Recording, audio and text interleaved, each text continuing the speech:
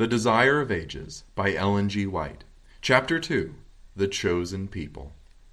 For more than 1,000 years the Jewish people had awaited the Savior's coming. Upon this event they had rested their brightest hopes. In song and prophecy, the temple rite and household prayer, they had enshrined his name. And yet at his coming they knew him not.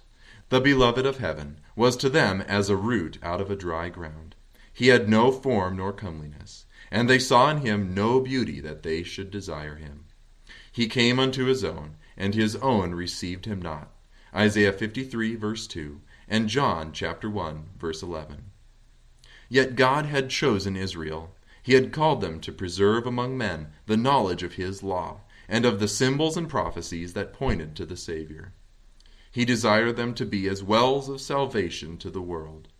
What Abraham was in the land of his sojourn, what Joseph was in Egypt, and Daniel in the courts of Babylon, the Hebrew people were to be among the nations. They were to reveal God to men.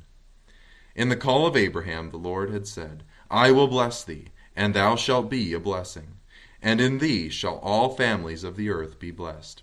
Genesis 12, verses 2 and 3. The same teaching was repeated through the prophets. Even after Israel had been wasted by war and captivity, the promise was theirs.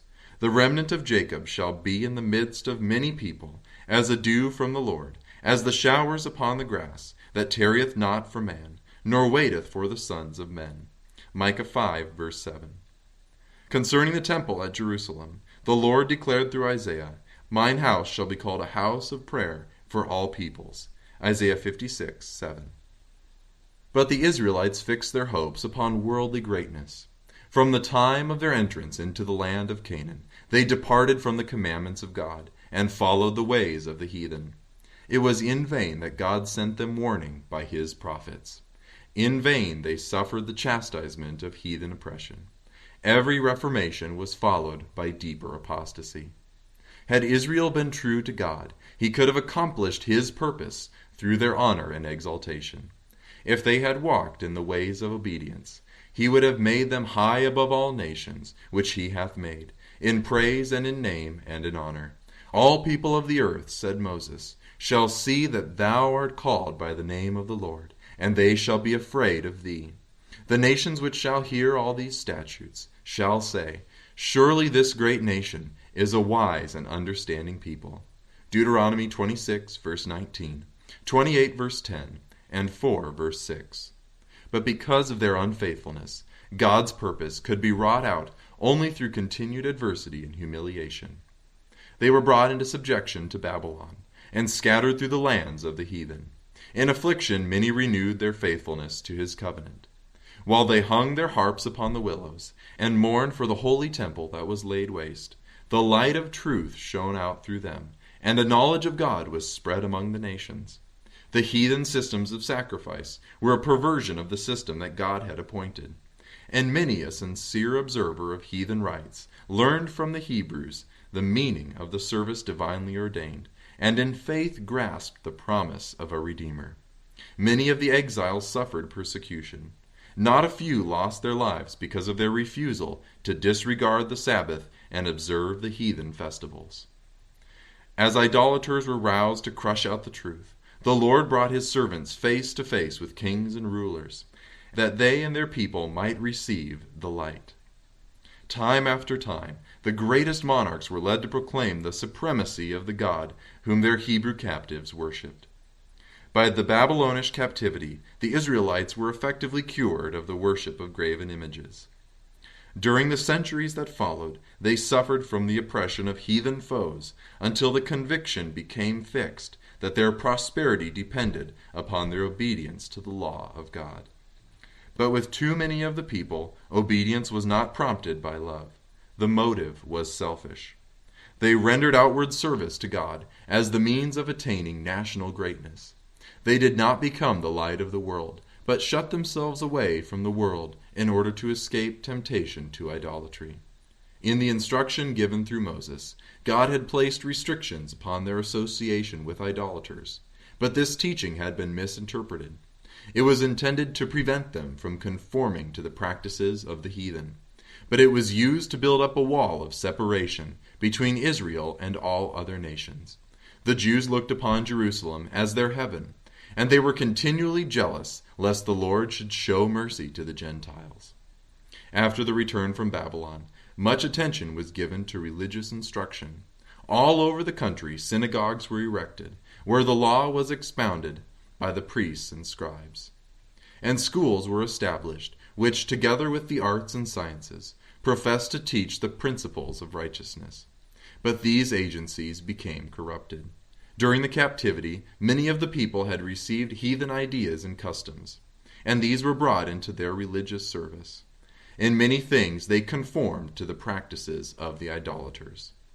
As they departed from God, the Jews in a great degree lost sight of the teaching of the ritual service. That service had been instituted by Christ himself. In every part it was a symbol of him, and had been full of vitality and spiritual beauty. But the Jews lost the spiritual life from their ceremonies, and clung to the dead forms. They trusted to the divine sacrifices and ordinances themselves, instead of resting upon him to whom they pointed. In order to supply the place of that which they had lost, the priests and rabbis multiplied requirements of their own, and the more rigid they grew, the less the love of God was manifested. They measured their holiness by the multitude of their ceremonies, while their hearts were filled with pride and hypocrisy. With all their minute and burdensome injunctions, it was an impossibility to keep the law. Those who desired to serve God, and who tried to observe the rabbinical precepts, toiled under a heavy burden. They could find no rest from the accusings of a troubled conscience. Thus Satan worked to discourage the people, to lower their conception of the character of God, and to bring the faith of Israel into contempt. He hoped to establish the claim put forth when he rebelled in heaven, that the requirements of God were unjust and could not be obeyed. Even Israel, he declared, did not keep the law.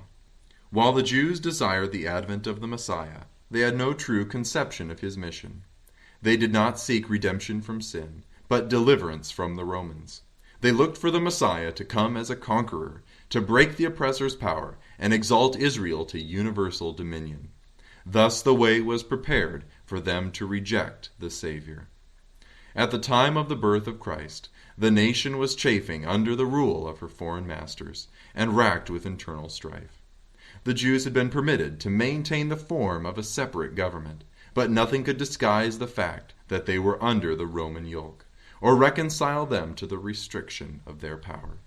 The Romans claimed the right of appointing and removing the high priest, and the office was often secured by fraud, bribery, and even murder. Thus the priesthood became more and more corrupt. Yet the priests still possessed great power, and they employed it for selfish and mercenary ends. The people were subjected to their merciless demands, and were also heavily taxed by the Romans. This state of affairs caused widespread discontent. Popular outbreaks were frequent. Greed and violence, distrust and spiritual apathy were eating out the very heart of the nation. Hatred of the Romans and national and spiritual pride led the Jews still to adhere rigorously to their forms of worship.